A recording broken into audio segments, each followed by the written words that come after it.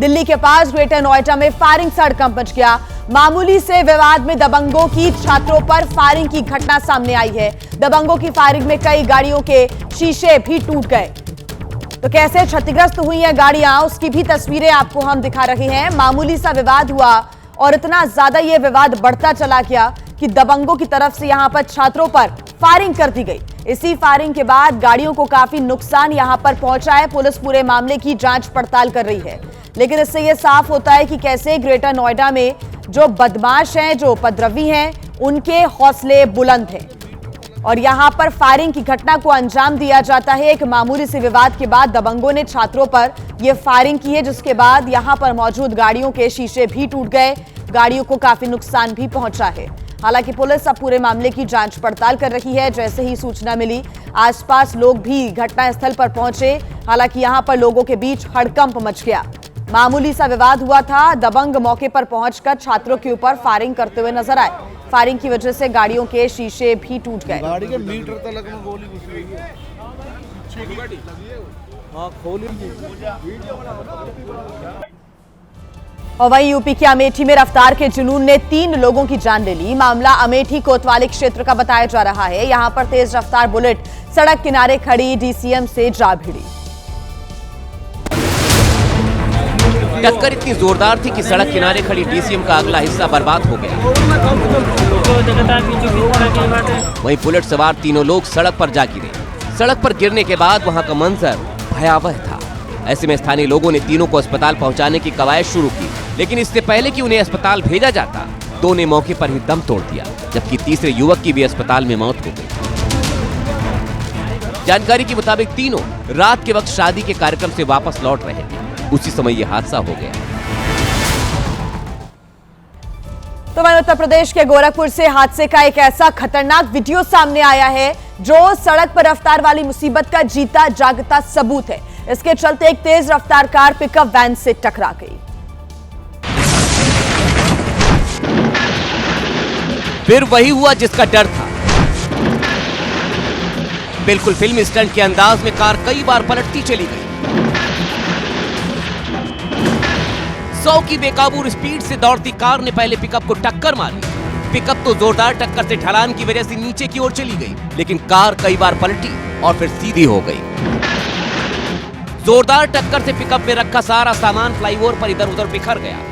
बताया जा रहा कि बोलेरो का ड्राइवर गाड़ी वहां खड़ी करके फरार हो गया। यह हादसा बताता है कि गाड़ियां भगाइए, लेकिन काबू रफ्तार में, ताकि हाहाकार से बचा जा सके, जीवन बचाए जा सके। तो वहीं गुजरात के राजकोट से भी हादसे की तस्वीरें सामने आई है, जहां पर एक गली के चौराहे पर कार और स्कूटी की टक्कर हो गई, जिसमें स्कूटी सवार को चोटें आई हैं। बीच सड़क लापरवाही कैसे भारी पड़ी, ये तस्वीर उसका जीता जागता सबूत है। हादसे से पहले स्कूटी सवार मोबाइल रखने निकालने में ही बिजी था और तभी अचानक से सामने कार आ गई और वो भिड़ गई। इस दौरान न कार सवार ने चौराहे पर ब्रेक लगाया और न ही बाइक सवार।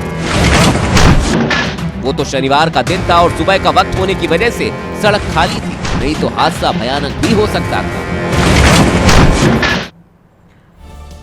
और आइए अब आपको एक बड़ा अपडेट हम दे दें। प्रधानमंत्री नरेंद्र मोदी ने दक्षिण अफ्रीका में G20 शिखर सम्मेलन में दुनिया की तरक्की के लिए नया रोड मैप पेश किया है। पीएम मोदी ने G20 में पारंपरिक ज्ञान से पूरे विश्व को लाभ पहुंचाने का विचार सभी के सामने रखा।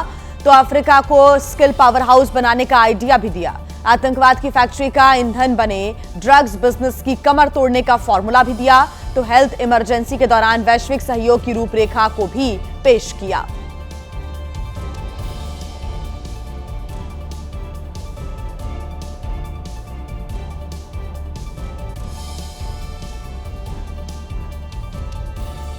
नेचुरल डिजास्टर्स मानवता के लिए बहुत बड़ी चुनौती बने हुए हैं।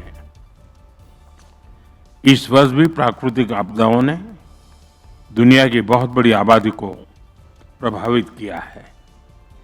इससे स्पष्ट है कि प्राकृतिक आपदाओं से निपटने के लिए ग्लोबल कोऑपरेशन को हमें और मजबूत करना होगा। इसी सोच के साथ भारत ने अपनी G20 प्रेसिडेंसी के दौरान disaster risk reduction working group की स्थापना की थी। इस महत्वपूर्ण एजेंडा को प्राथमिकता के साथ आगे बढ़ाने के लिए मैं साउथ अफ्रीका को बधाई देता हूं। फ्रेंड, डिजास्टर रेजिलियंस को लेकर हमारी अप्रोच रिस्पॉन्स सेंट्रिक से भी आगे डेवलपमेंट सेंट्रिक होनी चाहिए। कोalition फॉर डिजास्टर रेजिलिएंट इंफ्रास्ट्रक्चर की स्थापना के पीछे भारत की यही सोच थी। G20 देश CDRI के साथ मिलकर फाइनेंस, टेक्नोलॉजी और स्किल डेवलपमेंट को मोबिलाइज कर सकते हैं। ये एक रेजिलिएंट फ्यूचर की गारंटी बन सकता है। फ्रेंड्स, भारत का ये भी मानना है कि स्पेस टेक्नोलॉजी से पूरी मानवता को लाभ हो। इसलिए Bharat G20 open satellite data partnership का सुझाव सामने रख रहा है। तो वहीं उत्तर प्रदेश के हापुड़ में एक स्कूल की प्रिंसिपल का वीडियो वायरल हो रहा है, जिसमें प्रिंसिपल 9वीं की छात्रा को जान से मारने की धमकी दे रही है। मामला पिलखुआ के VIP इंटर कॉलेज का है।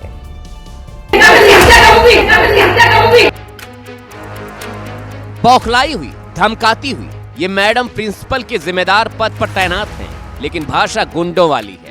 जो करना वो कर लीजिए। तो आप ऐसे ही मारेंगी, आप ऐसे ही मारेंगी, आप ऐसे ही मारेंगी।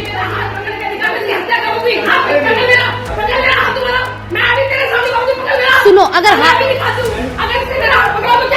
मेरी मैम मेरी बात सुनो, आप CCTV में मुझे दिखाओ। आप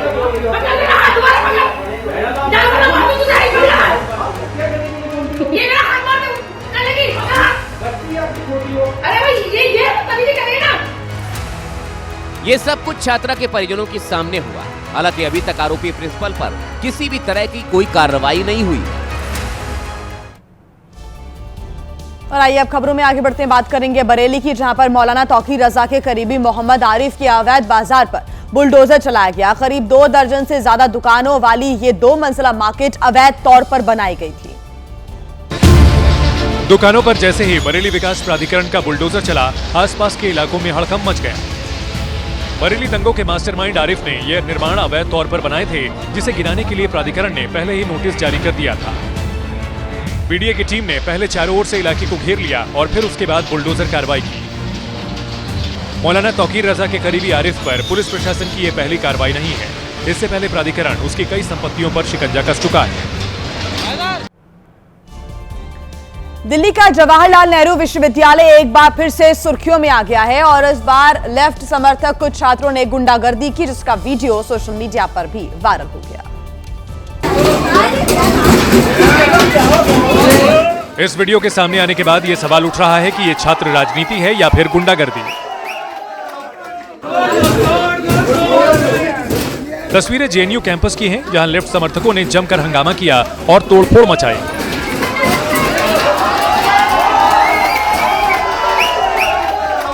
सुरक्षाकर्मियों के रोकने के बावजूद लेफ्ट समर्थक छात्र मानने को तैयार नहीं हुए और सरकारी संपत्ति को नुकसान पहुंचाया।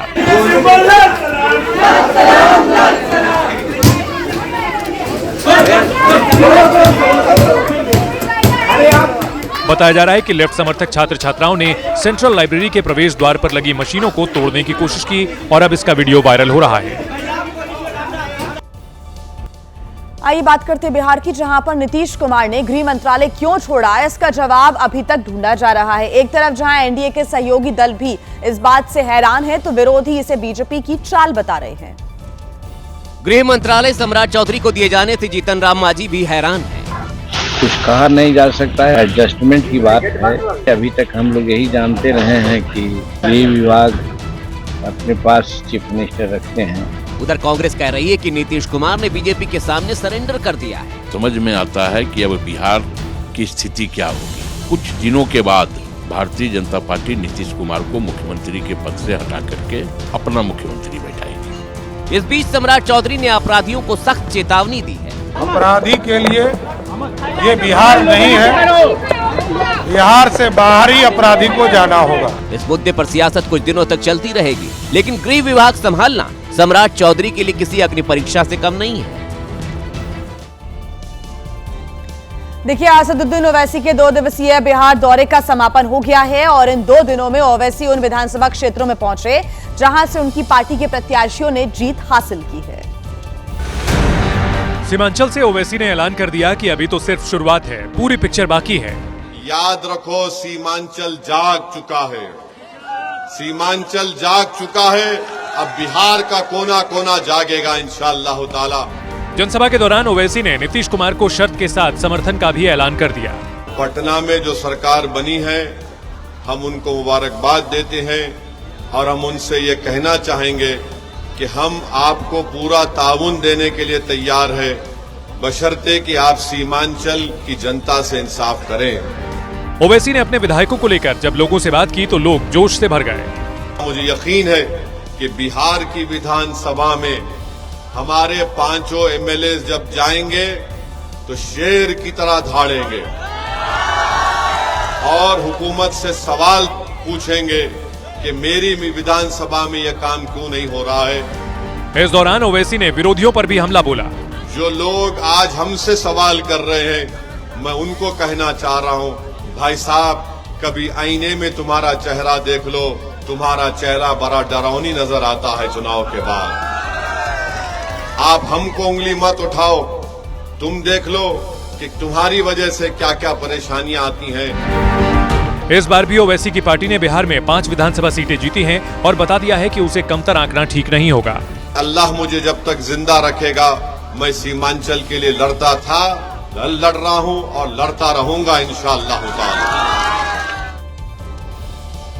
और देखिए, बिहार की सियासत में इन दिनों जिस नाम की सबसे ज्यादा चर्चा हो रही है वो नाम है दीपक प्रकाश का। दीपक प्रकाश उपेंद्र कुशवाहा के बेटे हैं, जो कुछ दिन पहले ही विदेश से आए थे और अब मंत्री बन गए हैं।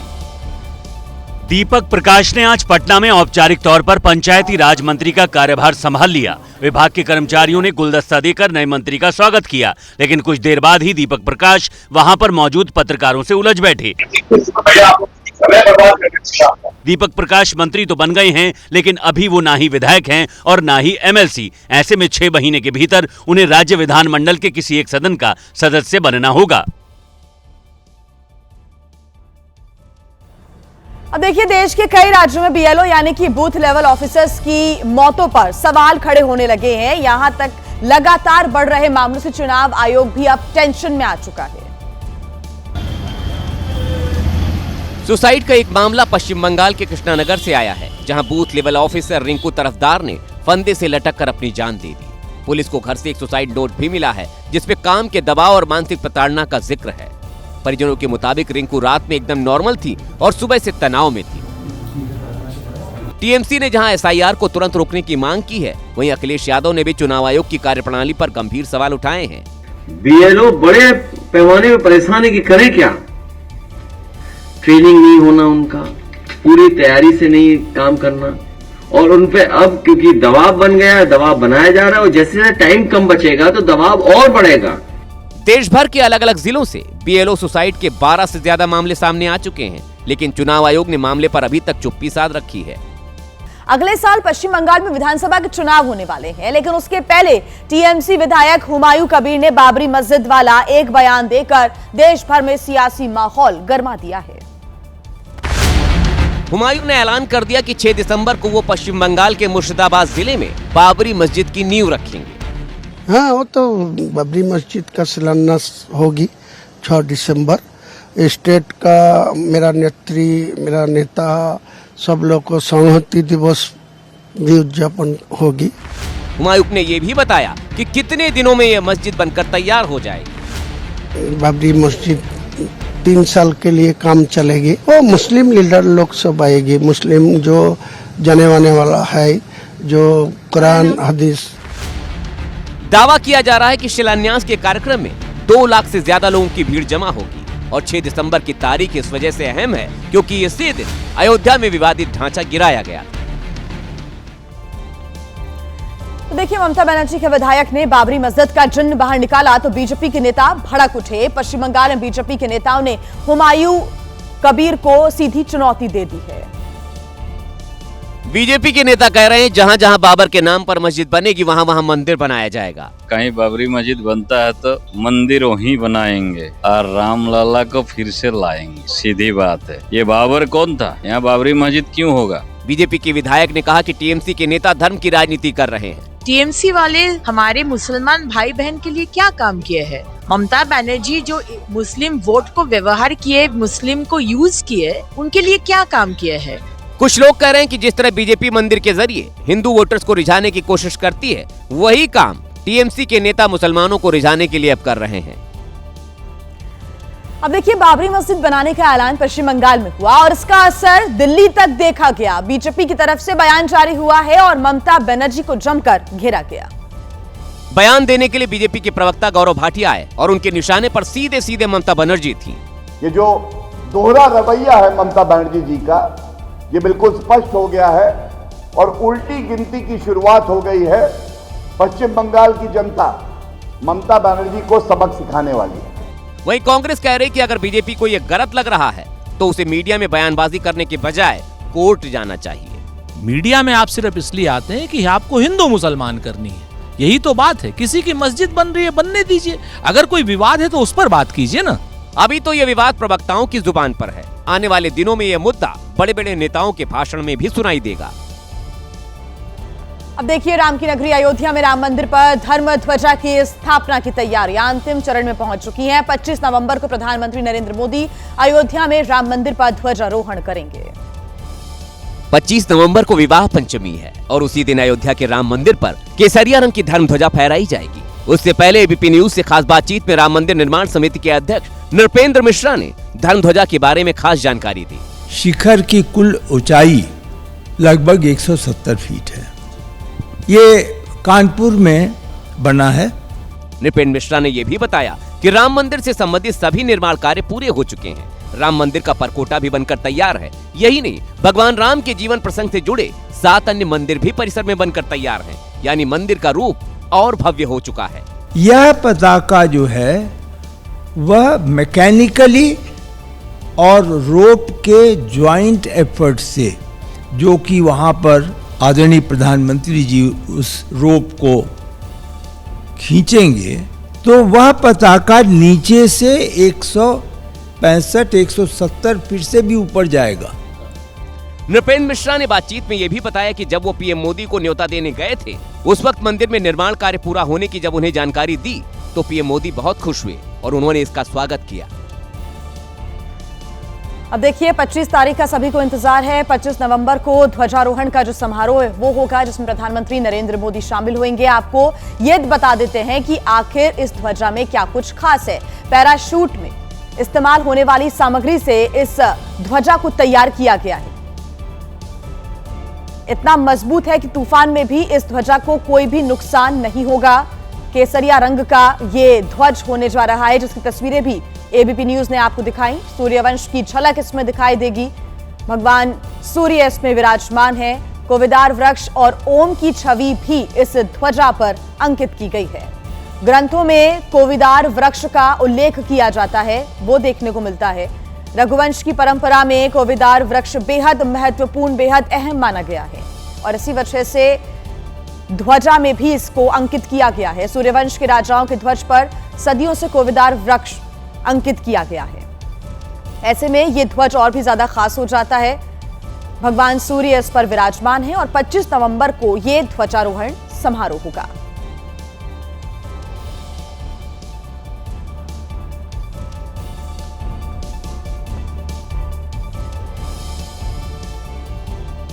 चलिए अब खबरों में आगे बढ़ते हैं। दिल्ली धमाके के बाद आतंक के नेटवर्क की परतें अब धीरे धीरे खुल रही हैं और आतंकियों से पूछताछ में धमाके की साजिश से लेकर एक एक किरदार का सच भी सामने आने लगा है। आपको बता दें कि धमाके की तैयारी से लेकर फंडिंग तक एनआईए के सामने आतंकियों ने सारे राज उगल दिए हैं। आतंकी डॉक्टर मुजम्मिल, आदिल, उमर और शाहीन पर बड़े खुलासे हुए हैं।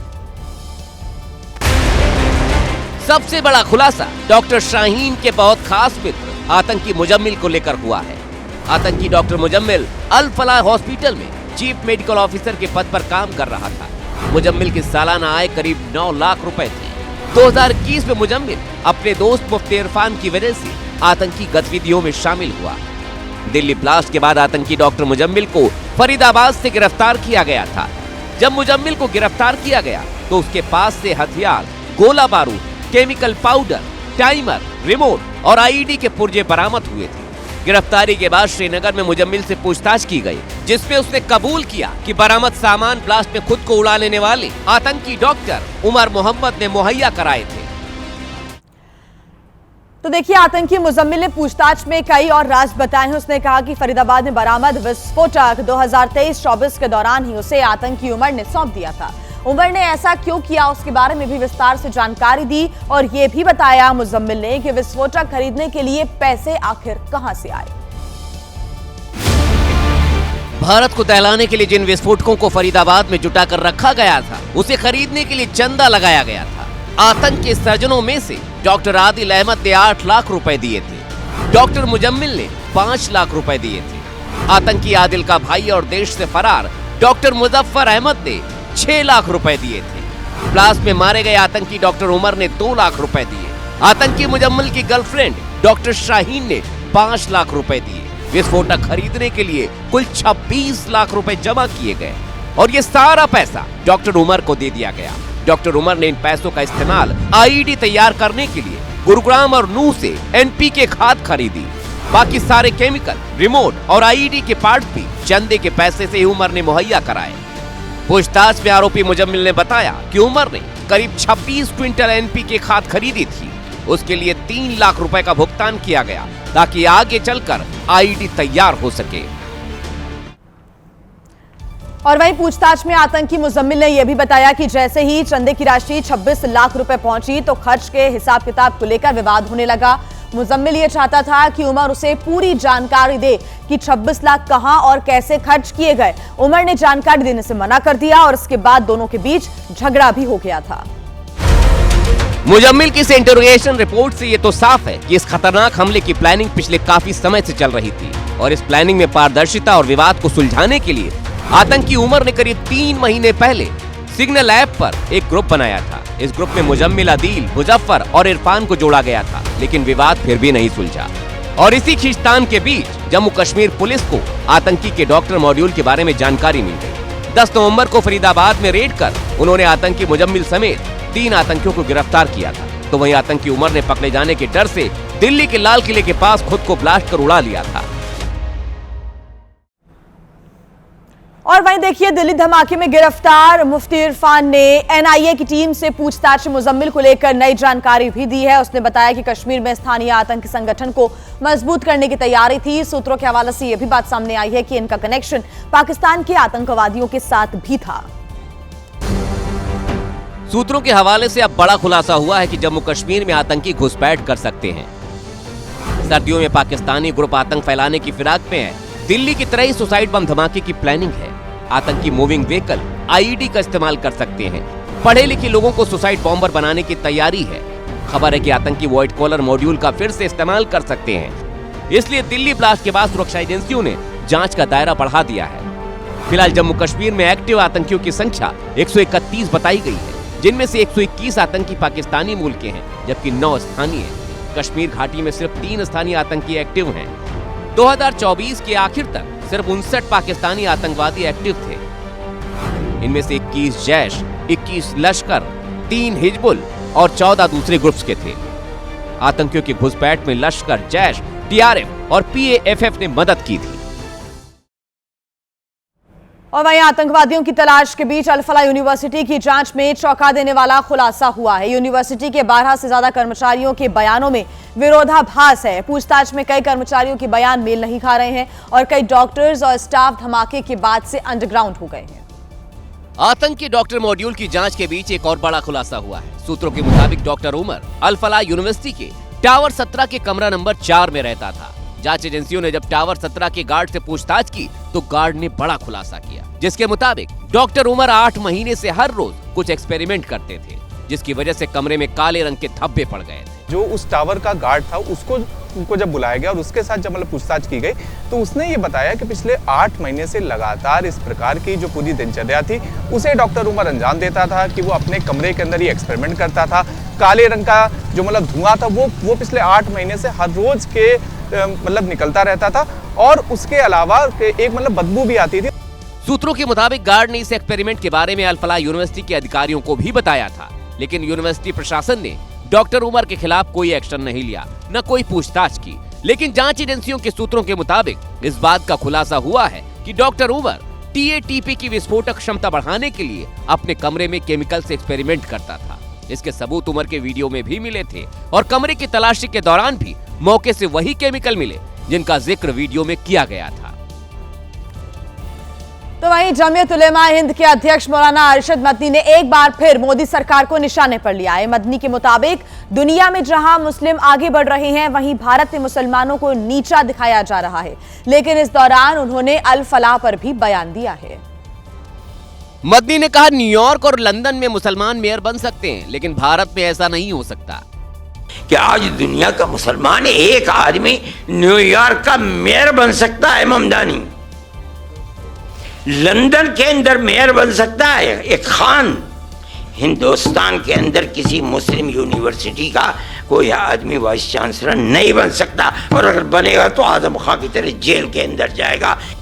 मदनी यही नहीं रुके, उन्होंने अल फलाह यूनिवर्सिटी की हिमायत करते हुए इसे मुसलमानों के उत्पीड़न से जोड़ दिया। आज देख लीजिए अल फलाह का क्या हो रहा है, जेल में पड़ा हुआ है, और कितने साल जेल के अंदर गुजरते हैं नहीं जानता कोई आदमी। कौम, गवर्नमेंट मुल्क की आजादी के बाद इस पर लगी हुई है कि मुसलमान को सर नहीं उठाने देना है। इधर बीजेपी ने बयान को पूरी तरह भड़काऊ बताते हुए इसकी आलोचना की है। और इस बीच दिल्ली से एक बड़ी खबर आ रही है। दिल्ली के मदनपुर खादर इलाके में लड़की का शव मिला है। नाबालिग लड़की का शव मिलने के बाद इलाके में हड़कंप मच गया है। बड़ी खबर इस वक्त हम आपको बता रहे हैं। पुलिस की टीम्स मौके पर पहुंच रही है, लगातार तफ्तीश यहां पर की जा रही है। दिल्ली के मदनपुर खादर इलाके में लड़की का शव मिला है। हालांकि लड़की की पहचान की कोशिशें भी हो रही हैं, अभी तक शिनाख्त नहीं हो पाई है। बताया जा रहा है कि ये लड़की नाबालिग है जिसका शव मिला है। इससे हड़कंप मच गया है। पुलिस पूरे मामले की जांच कर रही है। आज आसपास के लोगों से पूछताछ का सिलसिला भी चल रहा है। तो दिल्ली के मदनपुर खादर इलाके से यह बड़ी खबर, एक नाबालिग लड़की के शव मिलने के बाद इलाके में हड़कंप मच गया। तस्वीरें अब आपको दिखा देते हैं हिमाचल प्रदेश से। ये तस्वीरें ऐसी आई हैं जिसने सिस्टम की पोल खोल कर रख दी है। शिमला में अचानक से सड़क धंस गई और गड्ढे में बस में चढ़ रही बच्ची उस गड्ढे में गिर गई। ये विकास के दावों को मुंह चढ़ाने वाली तस्वीर है। रास्ते से गुजर रही HRTC की सरकारी बस अचानक गड्ढे में धंस गई। हादसा तब हुआ जब बस खड़ी थी और सवारियां चढ़ रही थी। उसी समय एक छात्रा का बैलेंस बिगड़ा और बच्ची गड्ढे में जा गिरी। इसके बाद तो अफरा तफरी मच गई। रस्सी की मदद से बच्ची को बाहर निकाला गया। स्थानीय लोग इस गड्ढे के लिए NHAI के काम को जिम्मेदार मान रहे हैं। वहीं राजस्थान की जयपुर पुलिस ने साइबर अपराध के खिलाफ एक बड़ी कार्रवाई करते हुए एक फर्जी कॉल सेंटर का भंडाफोड़ किया है। पुलिस के मुताबिक यह गिरोह अब तक लाखों डॉलर्स की धोखाधड़ी कर चुका है। मालवीय नगर और प्रताप नगर इलाके में चलाए जा रहे 2 कॉल सेंटर से पुलिस ने 49 पुरुषों और 11 महिलाओं समेत कुल 60 लोगों को गिरफ्तार किया है। ये गिरोह खुद को अमेजॉन और एप्पल के ग्राहक सेवा केंद्र बताकर अमेरिकी नागरिकों को निशाना बनाता था। आरोपी इंटरनेट पर अपने फर्जी कस्टमर केयर नंबरों को गूगल सर्च में ऊपर दिखाते थे। जब अमेरिकी नागरिक तकनीकी मदद या रिफंड के लिए इन नंबरों पर कॉल करते तो उनको धमकाया जाता और पैसे ऐड किए जाते। इसको डिजिटल अरेस्ट के नाम पे धमकाना या ये कहना कि आपका ये अकाउंट ब्लॉक हो गया है, आप दूसरा खोलो, या किसी का पेमेंट मान लीजिए रिफंड नहीं आया है, किसी ने कोई सामान वापस किया है। पुलिस ने कार्रवाई के दौरान 57 कंप्यूटर और 3 लैपटॉप भी जब्त किए हैं। जांच में यह भी पता चला है कि आरोपी कॉलिंग के लिए IBM और VC जैसे हाईटेक क्लाउड कॉलिंग तकनीक का इस्तेमाल कर रहे थे। जम्मू कश्मीर में सीमा पार से होने वाली नापाक साजिश को एक बार फिर सुरक्षा बलों ने नाकाम कर दिया है। सुरक्षा बलों ने कुपवाड़ा के नीरिया फॉरेस्ट क्षेत्र में आतंकियों के एक बड़े ठिकाने का भंडाफोड़ किया है। तस्वीरों में नजर आ रहा है तबाही का ये वो सामान है जो जंगल में मौजूद आतंकी ठिकाने से बरामद हुआ। सुरक्षा बलों को आतंकी ठिकाने से 4 मैगजीन के साथ 2M series rifle, 2 Chinese pistol और उसकी मैगजीन, 2 हैंड ग्रेनेड और कुछ जिंदा कारतूस बरामद हुए। दरअसल सुरक्षा बलों को नीरिया फॉरेस्ट में आतंकी ठिकानों का इनपुट मिला था। इसी के आधार पर सर्च ऑपरेशन शुरू किया गया था। हालांकि आतंकी ठिकाने से किसी की गिरफ्तारी नहीं हुई है।